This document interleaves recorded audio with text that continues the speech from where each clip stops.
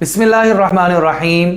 मैं हूं आपका मेज़बान उस्मान आफाक और हमारा दीनी मसाइल का सवाल और जवाब का सेशन चल रहा है।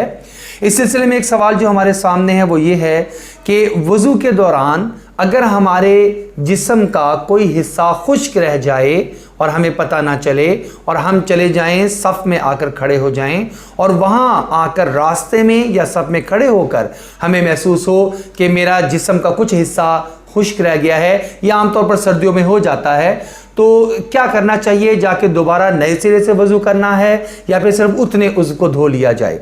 तो जवाब इसका समाअत फरमा लीजिए।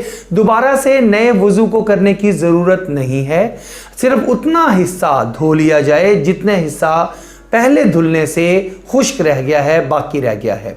लेकिन एक बात हम आमतौर पर गलती ये करते हैं कि इस गीला हाथ लेकर सिर्फ उस जगह पर पूंछ लेते हैं, उस जगह को गीला करने की कोशिश करते हैं।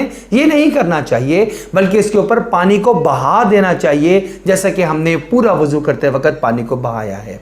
और ये आमतौर पर ज़रूरत पेश आती है सर्दियों में, जब हमारी जिल्द खुश्क होती है, उस वक्त में बहुत एहतियात रखनी चाहिए। ख़ास तौर पर हमारी उंगलियों के दरमियान की जगह और हमारे पाँव में, पाँव का पिछला हिस्सा या साइड का हिस्सा हम आमतौर पे नमाज शुरू कर देते हैं और बाद में जब रुकू में जाते हैं तो पता चलता है हमारे पानी से जो हमारा खुश्क रह गया, हमारे पाँव का कुछ हिस्सा खुश्क रह गया है।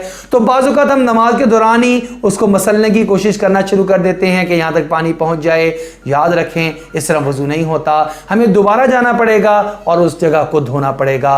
अल्लाह जल्ल शानु से दुआ है अल्लाह रब्बुल इज़्ज़त हमें दीनी मसाइल को पूछने, समझने, उसके मुताबिक अमल करने की तौफ़ीक़ अता फ़रमा दे।